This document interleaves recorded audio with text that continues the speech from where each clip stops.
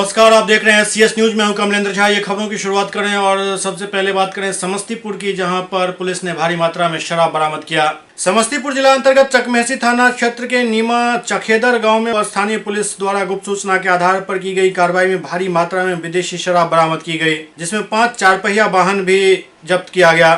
थानाध्यक्ष मोहम्मद खुशुद्दीन ने बताया कि शराब कारोबारी कहीं से अन्यत्र स्थान से देसी शराब उतारकर विशेष बचे शराब को कारोबारियों को दे रहे थे। इसी बीच सूचना पर पहुंची पुलिस ने वाहनों पर लदी शराब सहित एक कारोबारी जो कि पूसा थाना क्षेत्र के चंदौली निवासी मोहम्मद शाहरुख था, उसको मौके पर दबोच लिया, जिससे पूछताछ जारी है। थानाध्यक्ष ने बताया कि एक बोलेरो, 2 मालवाहक पिकअप, एक स्विफ्ट डिजायर गाड़ी, 1 बोरा और कार्टून करीब 500 लीटर विदेशी शराब जो हरियाणा निर्मित है जब्त की गई।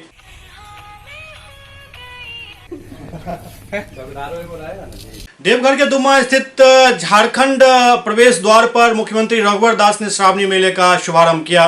देवघर के दुमा स्थित झारखंड प्रवेश द्वार पर मुख्यमंत्री रघुवर दास ने श्रावणी मेले का विधिवत उद्घाटन किया। इस दौरान उन्होंने कांवड़ियों को कुंभ मेला के स्तर पर सुविधा देने का आश्वासन दिया। पूरे वैदिक रीति रिवाज और मंत्रोच्चार के साथ बोल बम के जय घोष के बीच मुख्यमंत्री द्वारा फीता काटकर 1 माह तक चलने वाले श्रावणी मेले का उद्घाटन किया गया। इस अवसर पर झारखंड के कृषि मंत्री राणा रणधीर सिंह, श्रम एवं नियोजन मंत्री राज पहलीवाल, पर्यटन मंत्री अमर बावरी, महिला एवं समाज कल्याण मंत्री लुइस मरांडी, स्थानीय विधायक नारायण दास सहित कई आला अधिकारी और बड़ी संख्या में स्थानीय लोग मौजूद थे।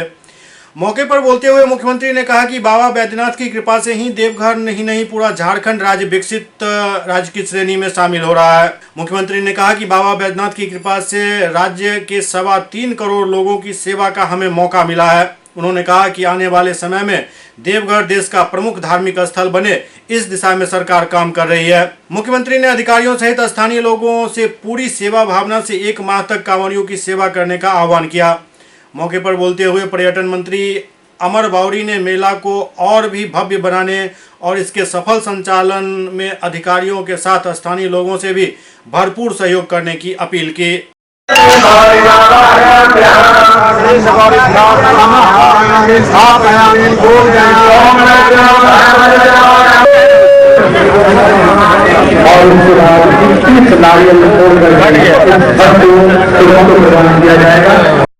बधाइयाँ देना चाहता हूँ, धन्यवाद देना चाहता हूँ जितने भी अधिकारीगण, कर्मचारीगण प्रत्यक्ष अप्रत्यक्ष रूप से इस मेले की तैयारी में बीते 2 महीनों से लगे रहे हैं। मैं सर्वप्रथम श्रावणी मेला के अवसर पर समस्त झारखंड देशवासियों को हार्दिक शुभकामनाएं देता हूँ। बाबा बैद्यनाथ के बिना ये जो सांस्कृतिक राजधानी देवघर की कल्पना करना बेनामी है। और जिस तरह लगातार बाबा बैद्यनाथ की कृपा से देवघर ही नहीं बल्कि पूरी झारखंड आज उनके आशीर्वाद से निरंतर राज्य विकसित राज्य की श्रेणी में जा रहा है। आज के इस अवसर पर मैं विशेष रूप से देवघर के बासुकीनाथ के वासियों को भी साधुवाद धन्यवाद देना चाहता हूं, जो वर्षों से जो हमारे सीमावर्ती राज्य या देश दुनिया से जो भी इस श्रावणी मेला में श्रद्धालु आते हैं, उनके बीच लगातार सेवा का काम, लगातार उनका स्वागत करने का काम देवघर की तमाम जनता करती है। तो मैं देवघर की तमाम जनता को भी साधुवाद धन्यवाद देना चाहता हूं। और इसके साथ साथ हमारी सरकार दिन प्रतिदिन इस देश दुनिया से जो हमारे देवतुल्य श्रद्धालु आते हैं, उनको किसी प्रकार की कोई तकलीफ ना हो, इस दिशा में सरकार और शासन लगातार कैसे हम बेहतर से बेहतर सुविधा अपने श्रद्धालुओं को दे। सीख और मुझे पूरी खुशी है कि स्थानीय प्रशासन के साथ पूरा देवघर नगरी और यहाँ के रहने वाले सभी नागरिक इस कार्य को अपना काम समझ करके, बाबा का पवित्र काम समझ करके आज अपना 100% योगदान दे रहे हैं, और जिसके कारण यह भव्यता और ये आगे बढ़ने का काम कर रहा है। ये जो पूरे देवघर नगरी को और पूरे क्षेत्र के डेवलपमेंट के लिए माननीय मुख्यमंत्री जी लगातार काम कर रहे हैं, और वो अपने श्रीमुख से यहाँ पे आपको सब कुछ बताएंगे भी। मेरा सिर्फ इतना ही आग्रह होगा कि आप सब लोगों का सहयोग, आशीर्वाद और समर्थन मिलते रहे, मार्गदर्शन मिलते रहे, और निर्विघ्न रूप से यह मेला पिछले वर्ष की तरह ही इस बार संपन्न हो। बेतिया के बदनाम गली में अब बुद्धिजीवी जाग चुके हैं। बेतिया शहर के बंद बदनाम गली के आसपास गंज नंबर 2 का बुद्धिमान समाज अब जाग चुका है। रेड लाइट एरिया को बंद कराने वाला समाज सुधार कमेटी का शिष्टमंडल बेतिया एसडीएम नगर एवं महिला थाना अध्यक्ष से मिलकर रेड लाइट एरिया में सैकड़ों वर्ष से चल रहे देह व्यापार, नाच गाने के कार्यों से अवगत कराते हुए समाज सुधार कमेटी द्वारा इसे बंद करने के फैसले से अवगत कराया गया और आवश्यकता अनुसार सरकारी सहयोग के लिए आग्रह किया। तीनों पदाधिकारियों ने कमेटी को हर संभव सहयोग देने का आश्वासन दिया। दरअसल रेड लाइट एरिया में देह व्यापार के धंधे में सक्रिय रहे लोगों में काफी बेचैनी देखी जा रही है। दूसरी ओर समाज सुधार कमेटी सचिव आशिफ इकबाल उर्फ ताजिर ने बताया कि रविवार को सुबह समाज सुधार कमेटी के तत्वावधान में लोगों में जागरूकता पैदा करने के लिए जागरूकता रैली निकाली जाएगी, जो गंज नंबर 2 क्षेत्र का भ्रमण करेगी। हम लोग जो द्वारा बैठक करके जो कमेटी बनाई गई जिसका नाम समाज सेवा कमेटी है, उसका ये उद्देश्य रहा कि इस रेड लाइट एरिया को मुकम्मल तौर पर बंद कर दिया जाए, और इस उद्देश्य से हम लोगों ने जिला के प्रशासनिक पदाधिकारी से मुलाकात की, जिसमें एसडीएम साहब से हमारी मुलाकात हुई, महिला थाना प्रभारी से हमारी मुलाकात हुई, हमारे नगर थाना प्रभारी से हमारी मुलाकात हुई, और इन तीनों ने हमें यह आश्वासन दिया है कि अगर किसी भी तरह की कोई भी परेशानी आती है हम लोग को इसको बंद कराने में, तो वो लोग हमारा पूर्ण सहयोग करेंगे ताकि हम इसको आसानी से बंद करा सकें। इसके लिए हम प्रशासन का बहुत शुक्रगुजार है, और प्रशासन ने हर तरह से हमको कहा है कि अगर कोई भी परेशानी है तो आप हमको फोन कर सकते हैं, हमें बुला सकते हैं। जिस तरह से भी होगा इस कुरीति को 100 साल से चल रहे इस कोड़ को हमेशा हमेशा के लिए खत्म करेंगे। जी, आपका परिचय? मेरा नाम आसिफ इकबाल उर्फ ताजिर हुआ, और इस सशक्त कमेटी का मैं सचिव हूँ, जो सशक्त कमेटी इस रेड लाइट एरिया को बंद कराने और अलग भी सामाजिक कार्य को करने के लिए तत्पर है, उस सशक्त कमेटी का मैं सचिव हूँ। सुपौल में दगाबाज पति से पीड़ित महिला दर दर भटक रही है और न्याय की गुहार लगा रही है।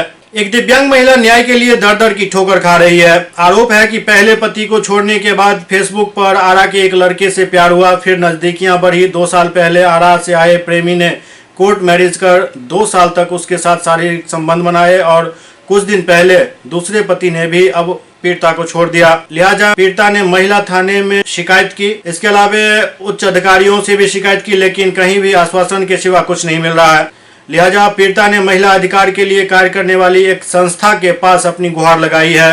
दरअसल भारती नाम की ये पीड़िता सदर बाजार के वार्ड नंबर 26 में रहती है। करीब 10 साल पहले बड़े धूमधाम से इसकी शादी सुपौल के एक व्यक्ति से हुई थी, जो ज्यादा दिन तक टिक नहीं सका। पति पत्नी दोनों अलग रहने लगे। इस बीच श्यामल का 2 साल पहले फेसबुक पर आरा के शक्ति कुमार से प्रेम हुआ। दोनों के बीच प्रेम परवान चढ़ने लगा।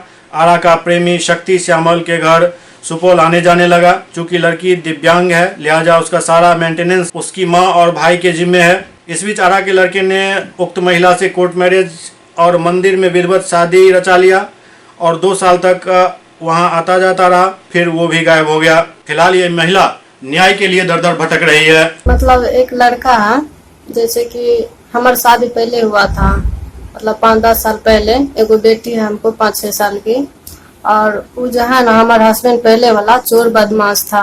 इस कारण से मतलब हम उसको बहुत समझाए, वो समझ में नहीं आया उसको। उसके मजबूरी था हमको कि उसको समझाए, नहीं समझा तो हमने उसको छोड़ दिए। बाकी के जिंदगी हमको पापा नहीं है, 2 भाई है, दिल्ली में रहते हैं। माँ मुसलमान है, मम्मी लोग भाई लोग हम लोग मेंटेन करते हैं। यहाँ सुपौल में रहते थे, बच्चा को पढ़ाते थे और अपना भी मतलब रहते थे घर में। इस बीच जो है 2 साल पहले वो लड़का था जिसका नाम है शक्ति कुमार। कहाँ का है? आरा का है, आरा जिला। और उसका घर है मतलब क्या बोलते हैं, क्या हुआ फिर? उसके बाद उसका घर है आरा, और क्या कहते हैं उसके बाद वो लड़का जो है ना हमसे बात करने लगा। बात करते करते हम लोग शादी किए।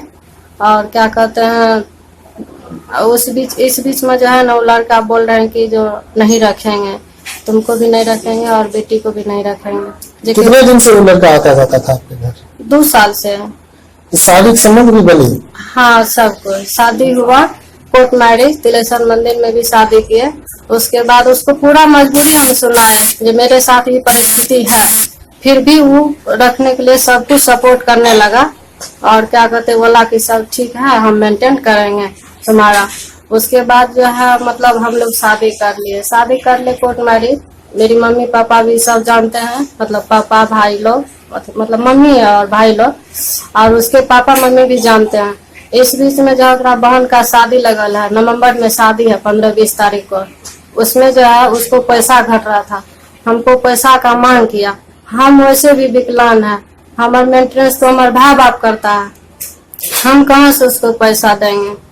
इस बीच में जो है लड़का 1 महीना 2 महीना पहले जो है आए थे, उस दिन से जो नहीं बात करते हैं, नहीं आते हैं। और यहाँ हमको टेंशन पे टेंशन होता है, तबीयत भी खराब, बच्चा का स्कूल बंद। पुलिस में शिकायत किया है? हाँ, पुलिस में भी किया, यहाँ एसपी सर को किया, महिला थाना, महिला हेल्पलाइन, आरा थाना, आरा एसपी को भी मतलब यहाँ से एप्लीकेशन भेजे हैं।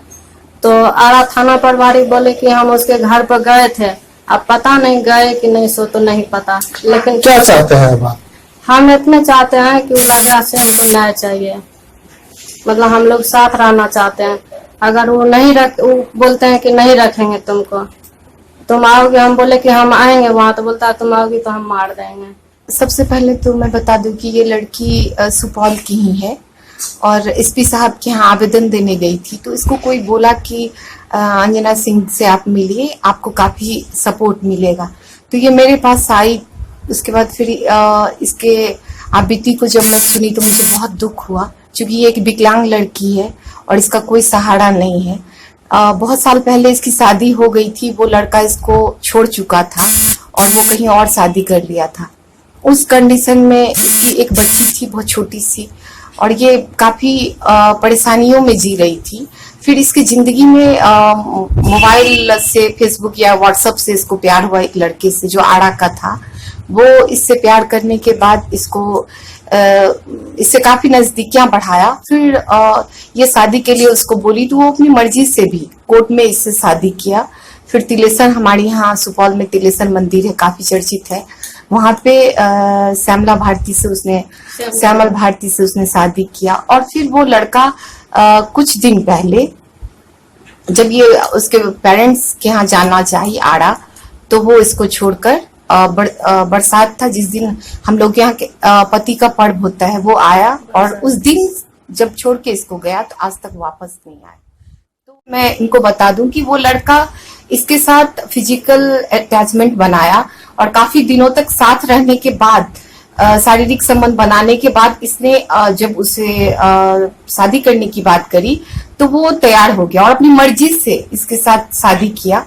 फिर कोर्ट मैरिज भी करके, यहाँ हम लोगों का सुपौल में काफी फेमस है तिलेश्वर मंदिर, वहाँ इसके साथ शादी करके फिर जब भी मन करता था वो आता था, इसके साथ संबंध बना के वो चला जाता था। तो बहुत दुख लगता है सोच के कि वो सोचता था कि कोई भी नहीं जानेगा, और ये टोटल मेंटेनेंस, मतलब वो इसका जो भी था ये खुद भी उसका करती थी। मतलब वहां से आता था तो खाना पीना जो होता है 1-2 दिन रह के फिर वो चला जाता था। लेकिन ये सोची कि ऐसे जिंदगी तो नहीं कटेगी, एक बेटी थी तो ये बोली कि मैं ससुराल जाऊंगी आड़ा, तो वो बहाना करके आता था और इसके इमोशनल जो एक फिजिकल अटैचमेंट है वो शेयर करके फिर वापस हो जाता था। तो सुपौल के बाढ़ पीड़ित इलाके में पीने के पानी को शुद्ध करने की पहल शुरू की गई है। कोसी का जलस्तर घट रहा है, लिहाजा एक बार फिर बाढ़ पीड़ित परिवार जो पानी बढ़ जाने के कारण तटबंध के अंदर से घर बार छोड़कर बाहर निकले थे, वापस घर लौटने लगे हैं। लेकिन वापस तटबंध के अंदर लौटने के बाद बाढ़ पीड़ितों के सामने पीने की पानी की समस्या आ रही है, जिसको लेकर PHED विभाग सक्रिय हो गया है। विभाग के SDO राजीव कुमार कर्मियों के साथ तटबंध के अंदर जाकर पीड़ित परिवार में लगे चापाकल के पानी को डिसइंफेक्शन करने का काम शुरू कर दिया है, ताकि लोगों को शुद्ध पेयजल मुहैया कराया जा सके। पहली कड़ी में विभाग द्वारा सदर थाना क्षेत्र के 3 पंचायतों को चिन्हित किया गया है, जहां युद्ध स्तर पर चापाकल के पानी को बैक्टीरिया मुक्त कर पीने लायक बनाया जा रहा है, जबकि दूसरे फेज में अन्य प्रभावित पंचायतों में ये कार्य किए जाएंगे।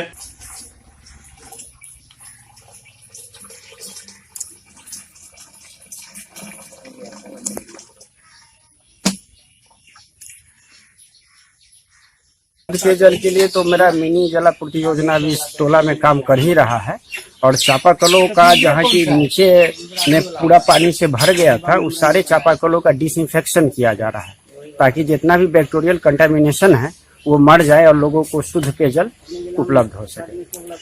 कहाँ कहाँ कर रहे हैं? अभी सुपौल के 3 पंचायत को पकड़ा गया है। किशनपुर का ये बैरिया पंचायत है, ये सुपौल का बैरिया पंचायत हो गया, किशनपुर का मौझा हो गया, और मरौना का सिसोनी और घोघडिया में चल रहा है।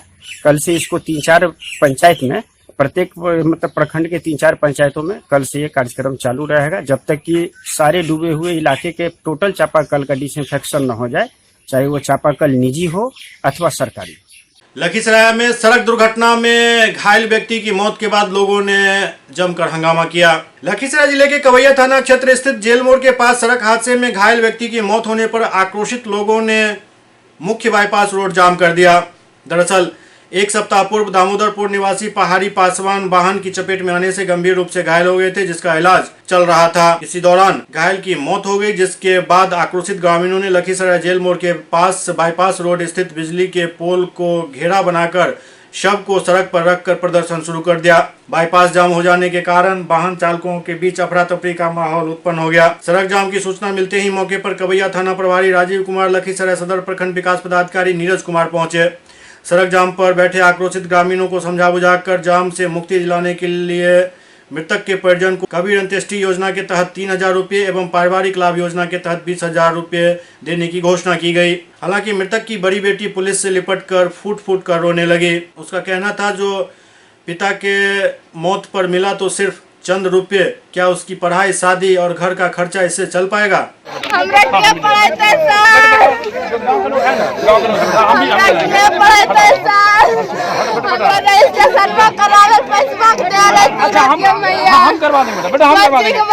कबीर अंत्येष्टि की राशि दी जाती है जो दाह संस्कार के लिए किया जाता है। इसके अलावा एक्सीडेंट की घटना होने पर राष्ट्रीय पारिवारिक लाभ के तहत 20,000 रुपये का चेक दिया जाएगा।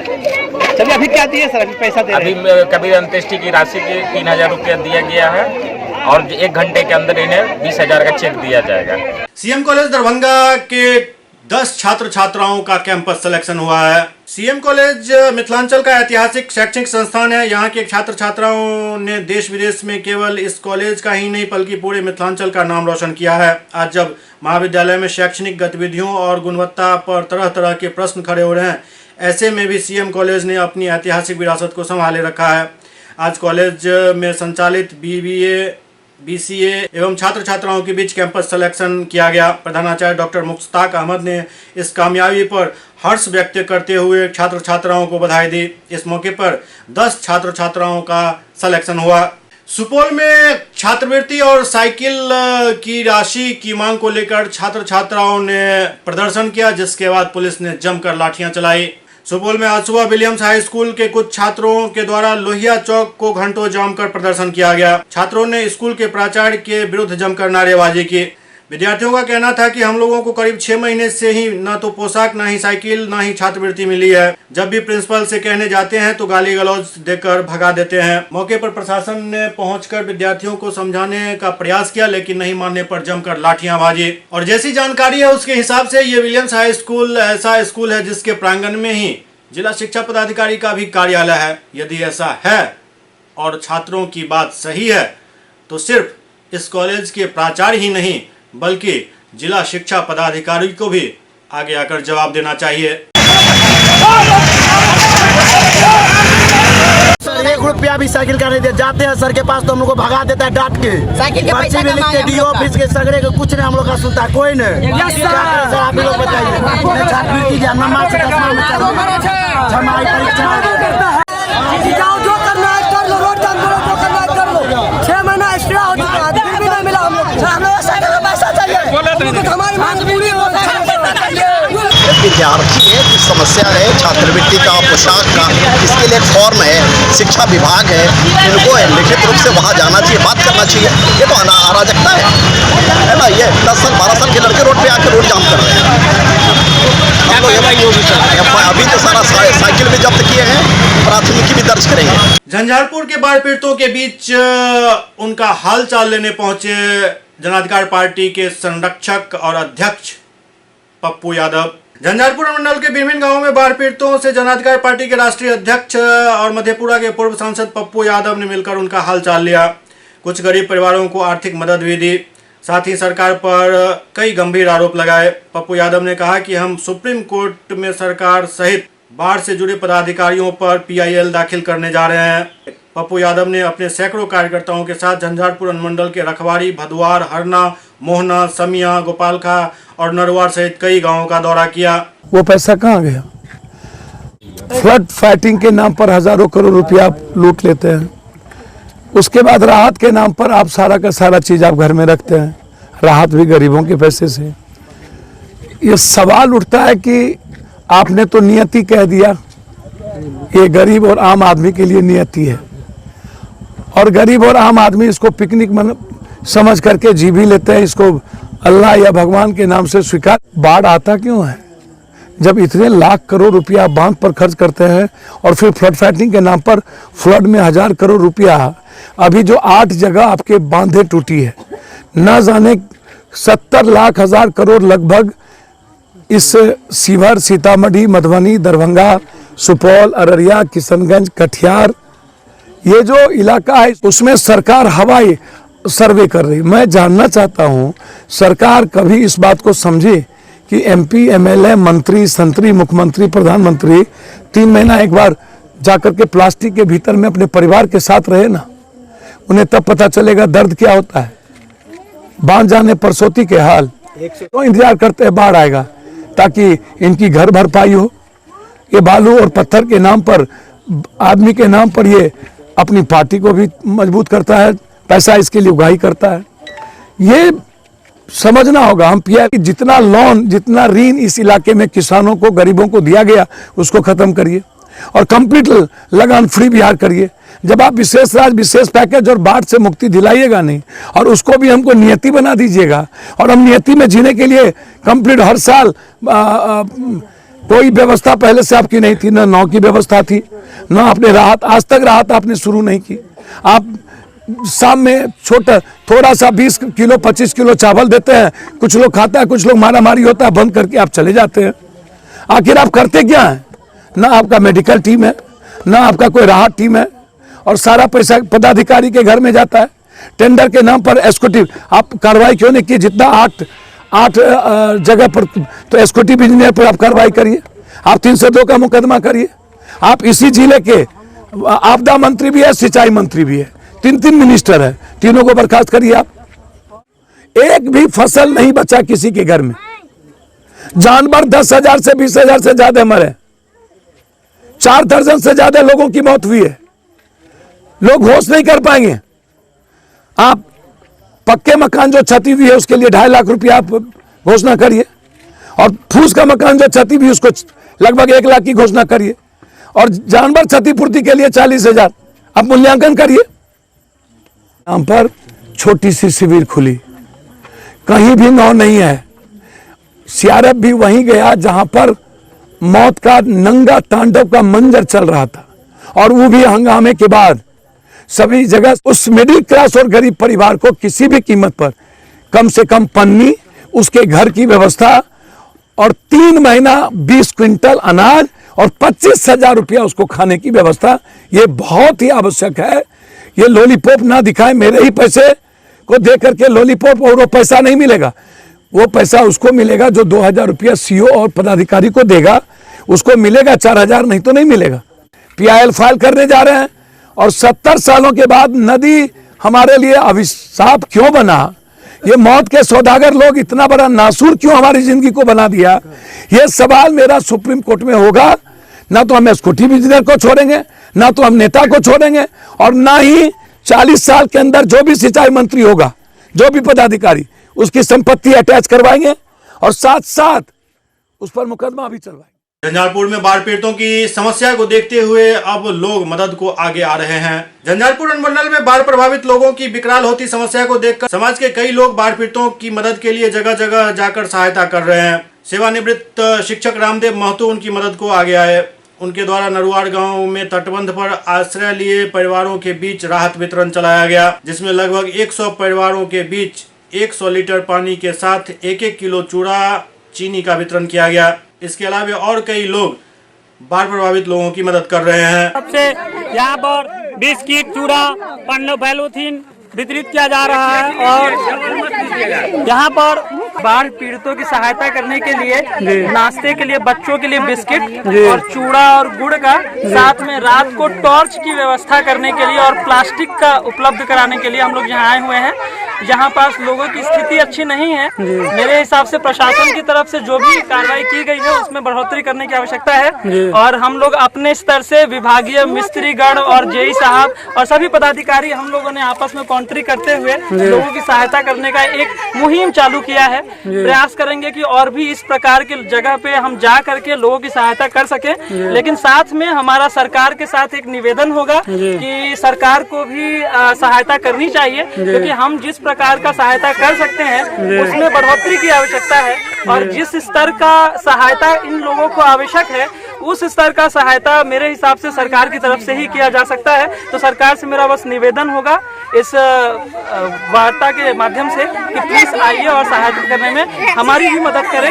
यहाँ पर सरकार ने भी सहायता की। हमारी कमला तटबंध का पूर्वी हिस्सा जो टूटा उसके कारण अंधराठारी प्रखंड और झंझारपुर प्रखंड का पूरा पंचायत 17 पंचायत का 17 पंचायत पूरी तरह से प्रभावित हुआ। मुख्य रूप से पूर्वी इलाके में झंझारपुर प्रखंड का जो कमला से पूर्वी इलाका है उसमें नगर पंचायत, सिमरा पंचायत, सुखेत पंचायत, चनौड़ागंज पंचायत, पिपरोलिया पंचायत और नवानी पंचायत पूरी तरह प्रभावित है। लोगों को घर में रहने का जगह नहीं है, सड़क पर आश्रय लिए हुए हैं। बेतिया में ट्रैफिक रूल आजकल कोई काम का नहीं रह गया है। यहाँ जिसको जैसा मन हो रहा है वैसा वो कर रहा है। बेतिया जिले में क्या पुलिस वालों पर ट्रैफिक का नियम लागू नहीं होता है? ये दृश्य देखने से कुछ ऐसा ही लग रहा है। क्या पुलिस वालों को ट्रैफिक और ओवरलोडिंग कानून की धज्जियां उड़ाने की छूट मिली हुई है, वह भी उस परिस्थिति में जब पुलिस वाले एक कैदी को पेश करने कोर्ट जा रहे हों? गुरुवार को बेतिया जिला नरकटियागंज शहर के सड़कों पर कई चुभते सवाल उठे। इस तस्वीर को जरा गौर से देखिए और फैसला कीजिए जो आखिरकार इन पर कोई कानून लागू होता है या नहीं। नरकटियागंज में तेंदुए के हमले में 2 लोग घायल हो गए। नरकटियागंज के बीटीआर के मुंगराहा क्षेत्र से निकलकर करीब 10 किलोमीटर दूर रिहायशी इलाके में एक तेंदुआ ने लोगों पर हमला बोल दिया। कामता राजपुर गांव में तेंदुआ के हमले से 2 लोग गंभीर रूप से जख्मी हो गए। गांव के खलिहान में बुधवार की शाम टहलने निकले 2 युवकों पर तेंदुआ ने हमला कर दिया, जिससे दोनों युवक गंभीर रूप से घायल हो गए। उन जख्मी युवकों की पहचान राजपुर गांव निवासी मिथिलेश कुमार और कुस्तम माझी के रूप में की गई। हल्ला सुनकर ग्रामीण इकट्ठा हुए तो भीड़ देखकर तेंदुआ भाग खड़ा हुआ। हालांकि आसपास गन्ने के खेत में छुपे होने की आशंका से लोग अभी भी दहशत में हैं। बताया जाता है कि युवक गांव के दक्षिण खलिहान में टहलने के लिए निकला था। इसी दौरान तेंदुए ने हमला कर दिया। 2 आदमी हम लोग घर से आ रहे थे घूमने के लिए, तो रास्ते में जाने पर वो हमारे पर काटने के लिए पड़ गया, तो एक भाग गया और हमको काटने लगा। तो हम कैसे भी क्या काटने लगा आपको? बाघ। तो कैसे भी जान बचाकर हम भाग गए वहाँ से। एक आदमी कौन घायल है? कुस्तम। उसको क्या क्या हुआ है? वही बताएगा, हमको नहीं मालूम है। 2 लोगों को संभावित तरीके से बाघ ने अटैक किया है। ठीक है, बच्चे अब सही है, इलाज के बाद सब सही है, स्टेबल है, कोई खास दिक्कत नहीं है। जहाँ कहाँ इंजरी है सब ठीक है। इसमें एक में का अंगूठा खा लिया, अटैक किया है। और कहाँ सर घायल है? पैर में चोट है। एक को पैर में काटा है, एक को गर्दन पे काटा है, और जिसका गर्दन पे काटा है उसी का अंगूठा भी चला गया। क्या स्थिति है उनका? एकदम स्थिर है, कोई दिक्कत नहीं है, कोई चिंता की बात नहीं है, इलाज हो रहा है धीरे धीरे।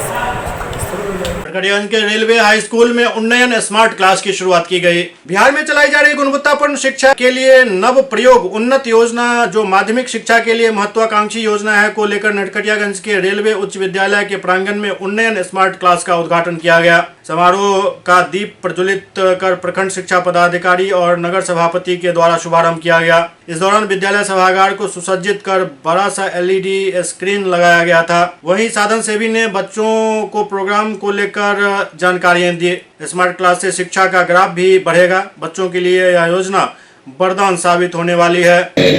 और साथ ही ऐसी सरल भाषा में होता है। नरकटियागंज में एक धोखाधड़ी का मामला सामने आया है। नरकटियागंज के सतबरिया गांव में इकबाल प्रसाद द्वारा अपने गांव के लोगों से संपर्क कर कहा गया कि मैं Sobaran multiplus company society limited में एजेंट का काम कर रहा हूं। आप सभी इस बैंक में पैसा जमा करेंगे तो अच्छा लाभ मिलेगा। अगर आप लोगों का पैसा डूबेगा तो मैं भरपाई करूंगा। मैं सामर्थ्यवान व्यक्ति हूं। इस प्रकार गांव के लोगों में विश्वास जगाकर लोगों से रुपये जमा कराने लगा। जब रुपये का भुगतान करने का समय आया तो एजेंट के द्वारा पैसा निकासी के लिए आजकल करके टरकाने का प्रक्रिया शुरू हो गया। गांव एजेंट के पास कई सालों तक रुपये जमा करते रहे और इसके बदले में रसीद भी पाते रहे, लेकिन जब रुपया लेने की बात आई तो लोग मुंह के बल गिरे। इस बीच जब लोगों ने दबाव बनाना शुरू किया तो एजेंट गांव छोड़कर फरार हो गया। पिछली रात जब उसके घर आने की सूचना मिली तो उसके घर को चारों तरफ से लोगों ने घेर लिया। उसके बाद पुलिस को सूचना मिलते ही इकबाल प्रसाद को हिरासत में लेकर शिकारपुर थाने लाया गया। रुपये जमा करने वाले लगभग 100 की संख्या में पुरुष एवं महिला शिकारपुर थाने में आकर प्राथमिकी दर्ज कराने के लिए आवेदन दिया। अपने आप को बैंक का एजेंट बताकर लगभग 50 लाख रुपए का फर्जीवाड़ा करने का उस पर आरोप है। का समस्या बा? हमने का पैसा बढ़िया से दौड़ जा हमने का घर तबाह कोइले रहल ले के फिक्स जमा करवा दिलन जे ढेर पैसा हुई। 3 साल हो गए पुगले पैसा हमने के उठा के वो अपन घर द्वार बनौलक। वो अपना बेटी के बियाह कैलन, 4 चकवा गाड़ी दे। कितना पैसा जमा किए थे? 1.5 लाख फिक्स बा। रुपया प्रतिदिन ग्रीन टच प्रोजेक्ट लिमिटेड में हम भरते थे। 6,000 रुपया महीना हुआ। हमारा राशि उसमें 80,000 रुपया तक है, अभी तक नहीं मिला। हम लोग बहन का शादी करने के लिए उसमें दहेज का पैसा जमा किए थे, अभी तक नहीं दिए। वो 3 बरस हो गया, अभी तक हम लोग को चूना लगा के रखे हैं, फंसा के रखे हैं। हम लोग को पैसे नहीं दे रहे हैं, बोल रहे हैं मिलेगा तो देंगे।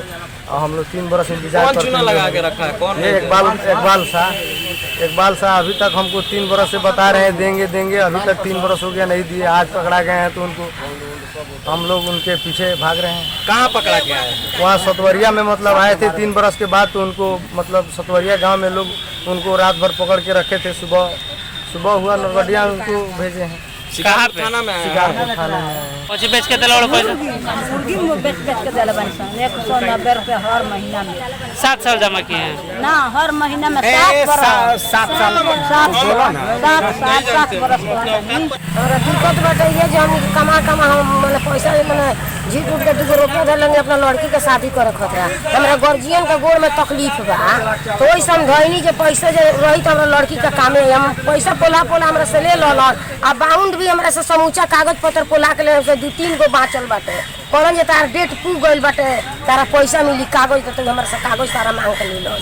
बरस के रहे तो 6 बरस के भरे होल आ 2 बेर भरे के पैसा दे देले। कहलन जे भाग गइल आ 1320 रुपया भरले बा 6 बरस। सुपौल के माधोपुर में 3 दिन से लापता बच्चे का शव मिला है।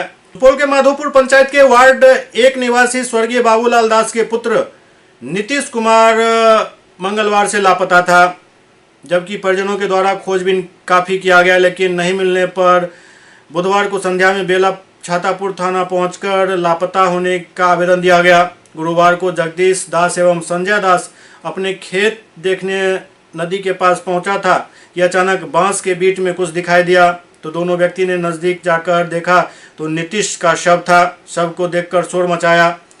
आवाज सुनकर आस पड़ोस सहित टोले और ग्रामीण लोग वहां पहुंचे, जिसके उपरांत थाना को सूचना दी गई।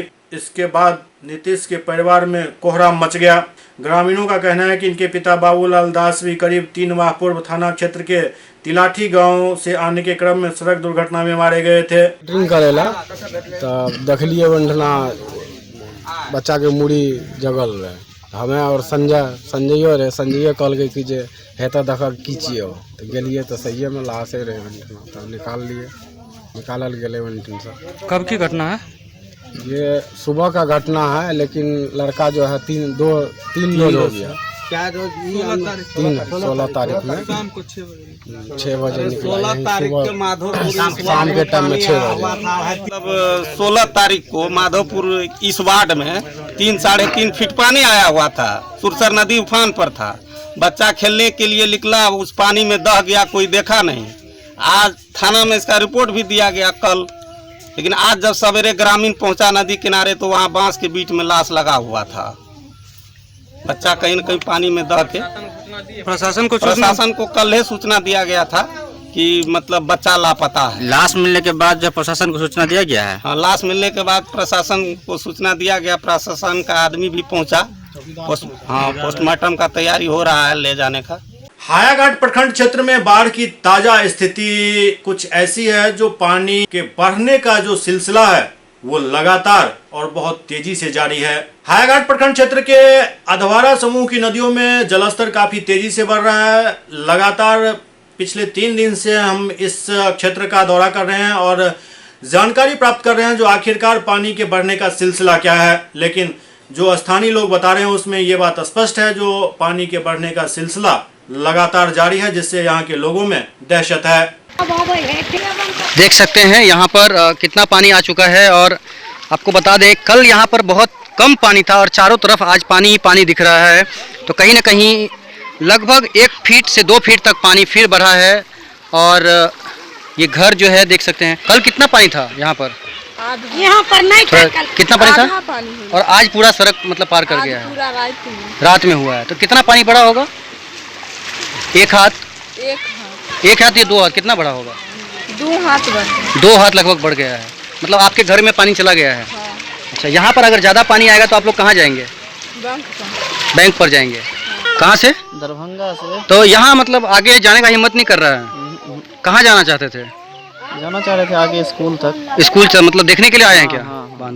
अकराहा गांव है। हाँ। तो कल से आज तक में कितना पानी बढ़ा होगा? बहुत बड़ा, 2 हाथ से ऊपर। 2 हाथ से ऊपर बढ़ गया है। हाँ। कोई आया है सूद लेने के लिए? सरकार की तरफ से कोई आया है कि नहीं? कुछ नहीं, क्या करेगा सरकार? वैसा ही भेजता है, देख करके जाता है, क्या करता है? कुछ नहीं कर रहा। कोई नहीं आया देखने के लिए? कोई नहीं आता है। इससे ज्यादा पानी बढ़ेगा तो आप लोग कहाँ जाएंगे? कहाँ जाएंगे? भसेंगे, मरेंगे, और कहाँ जाएंगे? कोई इंतजाम? कोई इंतजाम नहीं है तो मरबे नहीं करेंगे। नाव की व्यवस्था है कि नहीं यहाँ पर? नाव के कत है व्यवस्था? 20 गो का रुपया लेता है तो पार करता है। सरकारी नाव नहीं है? हम की जाने गया। लखीसराय में माओवादियों के धरपकड़ के लिए विशेष अभियान चलाया जा रहा है, जिसमें कई आपत्तिजनक सामान बरामद हुए। लखीसराय जिले के नक्सल प्रभावित बरियारपुर कोरासी जंगल में पुलिस और नक्सलियों के बीच हुई गोलीबारी के बाद दूसरे दिन माओवादियों की धरपकड़ के लिए विशेष सर्च ऑपरेशन चलाया गया, जिसमें नक्सलियों द्वारा प्रयोग में लाए गए कुछ सामग्री बरामद किए गए। मुंगेर जिला पुलिस की कॉम्बिंग लखीसराय के एसपी अभियान पवन कुमार उपाध्याय के नेतृत्व में यह अभियान चलाया जा रहा है।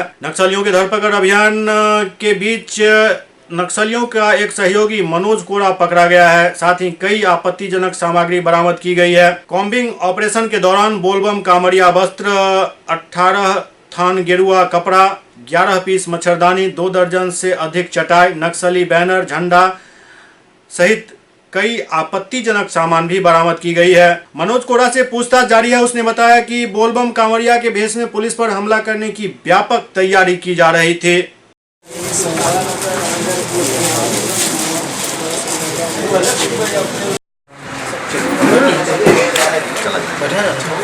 कल जो अभियान था हमारा मुठभेड़ हुआ था, वही अभियान आज भी कंटिन्यू था हमारा। और आज जंगल में अभियान के दौरान कुछ संदेहास्पद हरकत दिखी हम लोगों को। हम लोग दौड़ के पीछा किए तो पहाड़ी पे एक व्यक्ति पकड़ा गया। उसके पास कुछ सामान थे, पता चला तो नक्सलियों के कुछ सामान थे। उनके पूछने पे इसने बताया कि वो खाने पीने के रूप में उस सामान को उसने इस्तेमाल किया गया था, वो उसको लेके आ रहा था। फिर उससे जब पूछताछ की गई तो उसने बहुत सारा सामान बरामद कराया जो नक्सलियों के लिए देने के लिए रखा हुआ था, और बरामदगी के बाद इससे पूछताछ की गई। अभी भी पूछताछ जारी है और उसके बाद फिर इसको थाने में लाया गया। कहाँ से बरामद हुआ है? ये ऊपर जो केवड़िया कोट जो इनकाउंटर स्थल था कल का, इनकाउंटर स्थल से लगभग 1 किलोमीटर दूर। बोल बम का सामान है सर, बड़ी घटना का ये हाँ, हम लोगों को भी थोड़ा आश्चर्य लग रहा है कि बोल बम का सामान है, आखिर क्या मकसद है, गेरुआ वस्त्र आखिर इन लोगों के उसमें कहाँ से आया, ये अभी जांच का विषय है, इसको जांचेंगे। क्या ये नक्सली है क्या सर? नक्सली का सहयोगी है, ये उनका किंग पिन था, इसका नाम मनोज कोड़ा है। कहाँ पे? ये भोगी कोड़ासी का रहने वाला। सामान में सर क्या क्या बरामदगी है?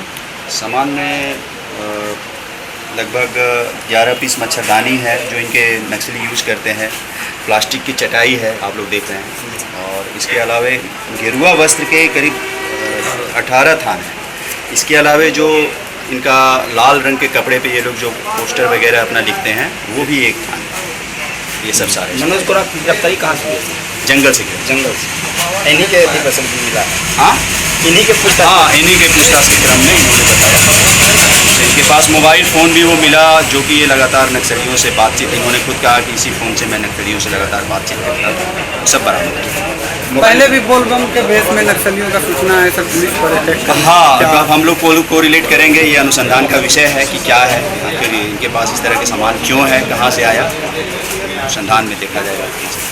SCS न्यूज के इस अंक में अभी इतना ही। अगले अंक में फिर कुछ और समाचारों के साथ उपस्थित होंगे, तब तक आप देखते रहिए SCS न्यूज। नमस्कार।